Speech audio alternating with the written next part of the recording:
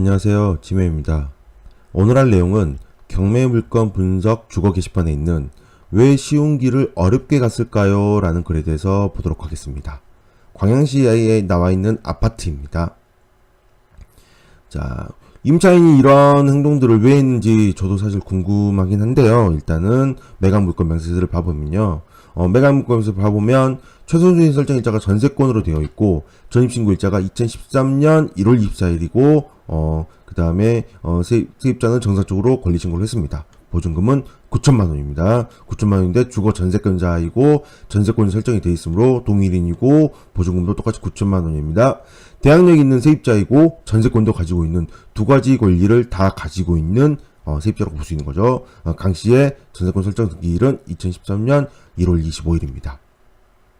자, 그런데 일단은 세입자는 먼저 대항력 있는 세입자이고 전세권자입니다. 그래서 두 가지의 권리를 가지고 있는 상태인데 확정일자가 없이 일단은 전입신고만 되어 있습니다. 확정일자에 대한 표시를 안 한 거 보면 전입신고만 되어 있는 상태로 보여지는데요. 그 다음에 확정일자가 없으므로 주임법의 세입자로 인한 배당에 참여는 할 수 없습니다.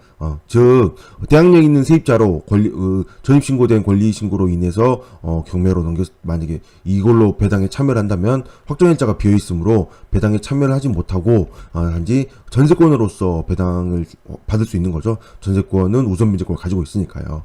그다음에 사건 기본 내역을 살펴보면 이 내용이 좀 이상합니다.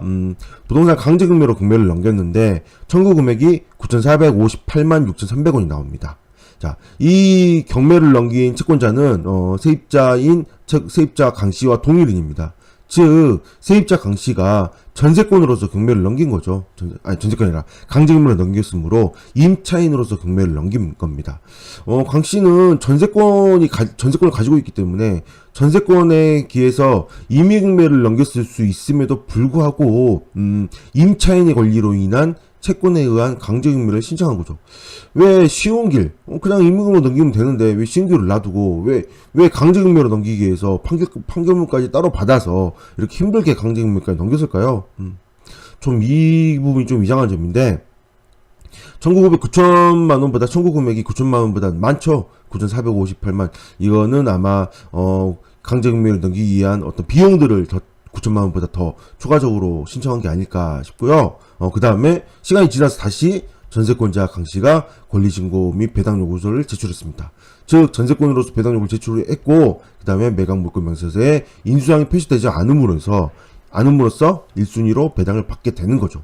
그럼 뭐 이 세입자는 단지 그냥 처음부터 전세권에 의한 경매로 넘겼다면 그냥 1순위 배당을 받고 어차피 대항력이 있으므로 배당받지 못하는 금액이 있다라면 어차피 낙찰자 인수상이니까 문제는 안 되는 상황이었을 겁니다.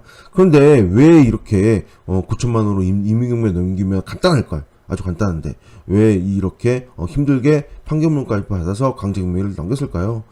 저는 제가 하나 추측을 해보는 거는 바로 이겁니다. 이 9천만원을 제외한 여기 밑에 있는 458만 6,300원. 이거에 좀 중점이 있지 않을까 싶은 생각이 듭니다. 즉, 이 금액을 청구하기 위해서, 즉, 또 반대로 본다면, 이 금액이 왜 일어났을까를 한번 생각해보세요. 왜? 9천만원 임의경매 넘어간다면 이 금액이 일어날 수가 없습니다. 근데 강제경매로 넘겼다면 뭐가 들어갔을까요? 세입자가 이 강제경매까지 넘기기 위해서 뭘 해야 돼요?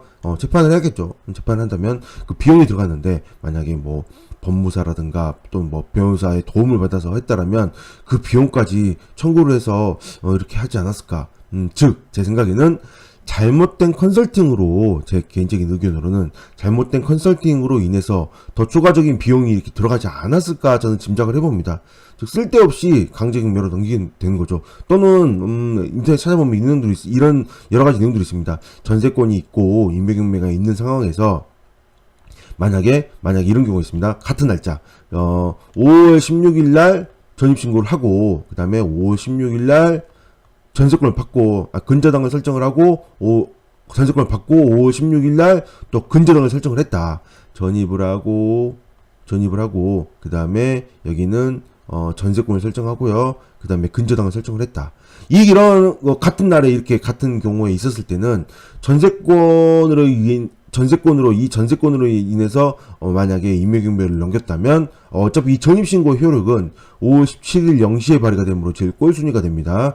그래서 만약에 전세권으로 경매를 넘기는 경우와 이 전입신고에 의한 임대차로 인해서 강제경매로 넘기는 게 두 개가 완전히 배당이 달라지게 됩니다. 배당이 달라짐으로 인해서 이런 경우에는 만약에 전세권으로 넘겨서 전액 배당을 받을 수 있는 충분한 상황이면 상관이 없는데, 그게 아니고 좀 애매한 상황이다. 그럴 경우에는 전입신고로 인해서 강제징용으로 넘기는 게 유리할 때가 있거든요.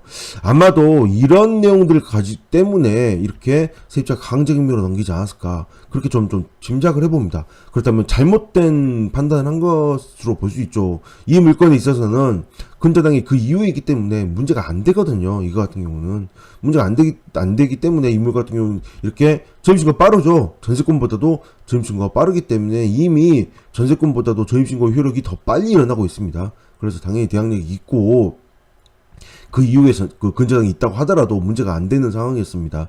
낙찰받고 나머지 금액은 전부 배당받지 못하는 금액은 낙찰자가 인수상이 되므로 문제가 안 되는 상황인데도 불구하고 이렇게 강제금으로 넘긴 거 보면, 제가 방금 설명드리는 이것 때문인 건지, 아니면 옆에서 도와주신 분들이 이렇게 그 수수료를 받기 위해서 강제금으로 넘겨야 한다라고 옆에서 얘기를 했던지, 혹시 둘 중에 하나이지 않을까, 그런 생각을 해보게 됩니다.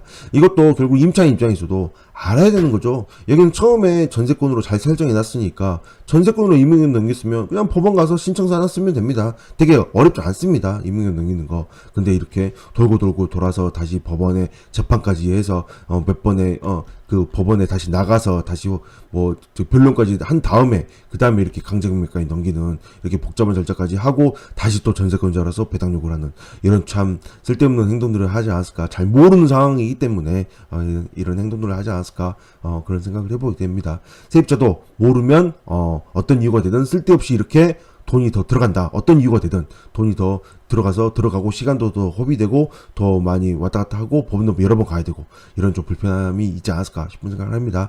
결국은 알아야 되는 거죠. 모름으로 인해서 이렇게 문제가 더 돈이 많이 들어간 걸로 보여집니다. 네, 오늘 여기까지 하겠습니다. 감사합니다.